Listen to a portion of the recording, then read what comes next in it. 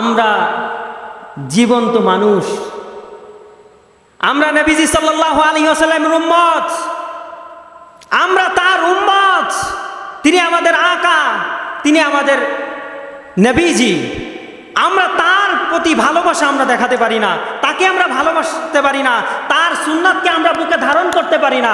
অথচ শুকনো খেজুরের ডাল, উস্তুনে হান্নানা রাসূলুল্লাহ সাল্লাল্লাহু আলাইহি ওয়াসাল্লামের কি মর্যাদা, কি শান, কি তাজিম, কি তালকিন, সব তিনি বুঝেছে। একটা শুকনো খেজুরের ডাল তিনি বুঝেছে রাসূলের শান কি, রাসূলের মান কি, রাসূল থেকে বিচ্ছেদ হলে কি কষ্ট লাগে তিনি বুঝেছে, আমরা বুঝতে পারি নাই। বড় দুঃখের বিষয়, বর্তমানে শুধু আমরা আম পাবলিক সাধারণ মানুষ যে রাসূল সাল্লাল্লাহু আলাইহি ওয়াসাল্লাম শান মান বুঝি না, বিষয়টা এরকমও না। উস্তুনে হান্নানা শুকনা খেজুরের ডাল রাসূলের শান, রাসূলের মান, রাসূলের তাজিম বুঝেছে।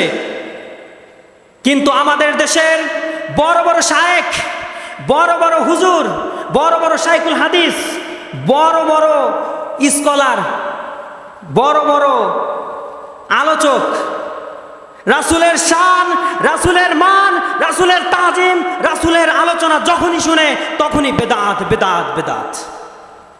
এই নিয়ে রাসূলের ভালোবাসা। রাসূলের ভালোবাসার প্রতি কোনো বিধান আছে যদি আপনি শরীয়তের বাহিরে না যান? রাসূলের ভালোবাসার প্রতি কোনো বিধান আছে যদি আপনি শরীয়তের বাহিরে না যান? বেদাত হইতে গেলে তো বেদাতের তো অপশন আছে। আমরা যখন, আমি তো হাদিসের ছাত্র, আমরা যখন হাদিস শুনেছি, মুসলমান হাদিস যখন পড়েছি আমরা ফার্স্ট ইয়ারে, এখন তো সেকেন্ড ইয়ারে, ফার্স্ট ইয়ারে যখন পড়েছি তখন তো আমরা হাদিসের সংজ্ঞা দেখেছি। হাদিসের সংজ্ঞা তো থাকে, একটা হচ্ছে গিয়ে একটা বেদাত, একটা বেদাত সাহিহা, বেদাত হাসানা। এমন কাজ যেটা শরীয়তের সাথে, শরীয়তের বিরুদ্ধে না যায়, শরীয়তের বিরুদ্ধে, সরাসরি শরীয়তের বিরুদ্ধে না যায়, যদি যায় সেটা হচ্ছে গিয়ে একবারে নিষিদ্ধতম বেদাত। তো এমন বেদাত যেটা শরীয়তের সাথে সাংঘর্ষিক না, শরীয়তের বিরুদ্ধে যায় না, কিন্তু নতুন তৈরি হয়েছে, এর থেকে ভালো কিছু আশা করা যায়, সেই বেদাতটা জায়েজ। নতুন নতুন বেদাত তৈরি হয়েছে না? বেদাত কি কম হয়েছে বাংলাদেশে? বিশ্বে কম আছে বেদাত? কত পদের বেদাত আছে, কত অনুষ্ঠান, মাহফিল, মাদ্রাসা, এগুলোকে আগে রাসূল সাল্লাল্লাহু আলাইহি ওয়াসাল্লামের যুগে ছিল না তো? এগুলো তো তৈরি হয়েছে। আমরা এইগুলোর বেদাত আমরা ফতোয়া দিই না। আমরা ফতোয়া দিই কখন? কোন বেদাত ফতোয়া দেয়? যেই বেদাতে রাসূল সাল্লাল্লাহু আলাইহি ওয়াসাল্লামের শান আছে, যেই জায়গায় রাসূল সাল্লাল্লাহু আলাইহি ওয়াসাল্লামের প্রতি তাজিম আছে, এই জায়গায় আমরা ফতোয়া দিই। আমরা কি করে এই জায়গায় ফতোয়া দিই? আমরা রাসূলের শান, রাসূলের মান, রাসূলের তাজিম যখন আমরা আলোচনা করতে যাই তখনই আমাদের মধ্যে বাধা আসে, তখনই প্রতিবাদ আসে, এটা করা যাবে না। কিন্তু যখন সরকার পতন হয়, একদল মানুষ, তখন ওই আলেমরাই যারা ফতোয়া দেয় ঈদে মিলাদুন্নবী সাল্লাল্লাহু আলাইহি ওয়াসাল্লাম, নবী শানমানের বিরুদ্ধে, তারাই আবার তখন কি করে, সরকার পতন হওয়ার কারণে তারা গরু জবাই করে, তারা আবার কি ঈদে মিলাদুন্নবী, তারা ঈদ পালন করে, তাদের ঈদ পালন করে। ওই জায়গায় জায়েজ আছে, রাসূলের শানের বেদাত আসলে না জায়েজ, বেদাত হয়ে যায়। ঈদে মিলাদুন্নবী সাল্লাল্লাহু আলাইহি ওয়াসাল্লাম, আগে বলতো মিলাদুন্নবী সাল্লাল্লাহু আলাইহি ওয়াসাল্লাম পালন করা যাবে না, এখন আবার একটু লাইনে আসতেছে বলতেছে মিলাদুন্নবী সাল্লাল্লাহু আলাইহি ওয়াসাল্লাম পালন করা যাবে, কিন্তু ঈদ বলা যাবে না। ঈদ বলা যাবে না। ঈদ কেন বলা যাবে না? কারণ শরীয়তের ঈদ দুইটা, ঈদুল ফিতর, ঈদুল আজহা। শরীয়তের ঈদ কয়টা? ঈদুল ফিতর, ঈদুল আজহা, দুইটা। তাহলে এই যে আমরা ঈদে মিলাদুন্নবী পালন করি, এইটার ব্যাপারে রাসূল সাল্লাল্লাহু আলাইহি ওয়াসাল্লাম বলেন নাই এইটা কোন ঈদ। এবং তার আর একটা দলিল দেয়, সেটা হচ্ছে এই কি, যে ঈদের দিনে তো রোজা রাখা হারাম, আর রোজার দিনে ঈদ পালন করা কি হারাম। তো দুইটা যেহেতু ঈদের দিনে রোজা করা যায় না, রোজার দিনে ঈদ করা যায় না, তো ঈদে মিলাদুন্নবীর দিনকে রাসূল সাল্লাল্লাহু আলাইহি ওয়াসাল্লাম রোজা রাখছে, তাহলে এটা আবার কেমন ঈদ হইল? এখানে তো বুঝের বিষয়, ঈদে মিলাদুন্নবী সাল্লাল্লাহু আলাইহি ওয়াসাল্লামকে আপনার দেখতে হবে এটা কি শরীয়তের পারিভাষিক ঈদকে বলা হয় কিনা। একটা হচ্ছে পারিভাষিক ঈদ, আর হচ্ছে আবিধানিক ঈদ। একটা কি পারিভাষিক ঈদ, আর একটা আবিধানিক ঈদ। যেটা পারিভাষিক ঈদ ইসলামের মধ্যে দুইটা,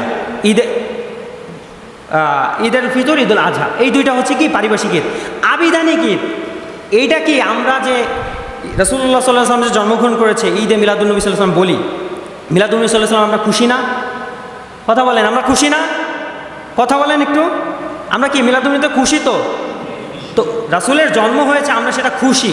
তো রাসূলের জন্মতে আমরা খুশি। তো এই খুশিটার আরবি কি? খুশিটার আরবি তো ঈদ। তা আমরা ওই অর্থে ঈদ ব্যবহার করি, আমরা তো শরীয়তের পারিভাষিক ঈদ ব্যবহার করি না।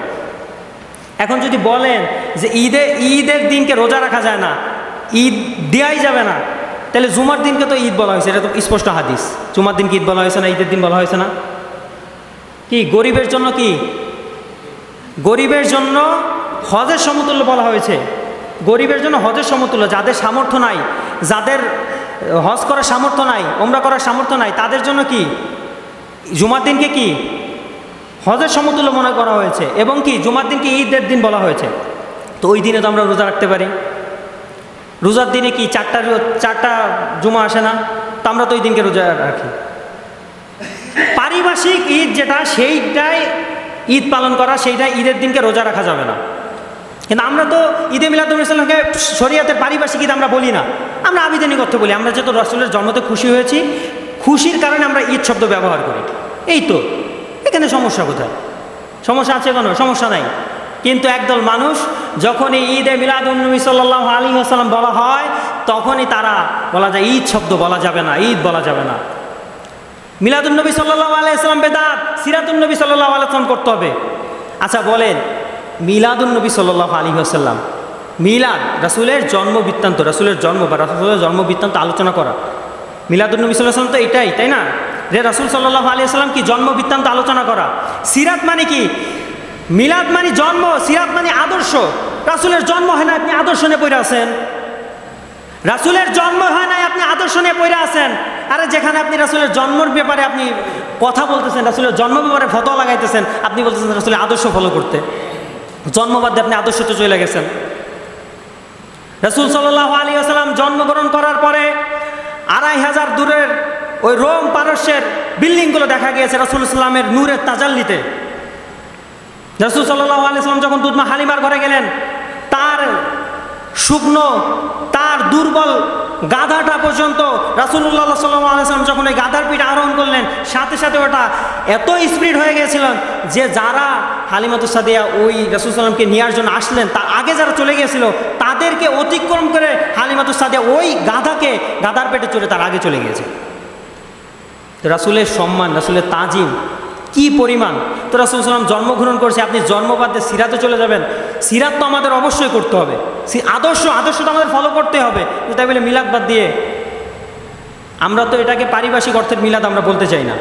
আমরা কি পারিভাষিক অর্থে মিলাদ বলি? আমরা যারা পারিভাষিক অর্থে বলে, গরম শ্রেণী যারা আছে, যারা অতি বাড়াবাড়ি করে, তাদের পক্ষে আমরা না। রাসূলের সম্মানের ক্ষেত্রে যারা অতিরিক্ত বাড়াবাড়ি করে, চেয়ার বসায়, আমরা কি চেয়ার বসাই?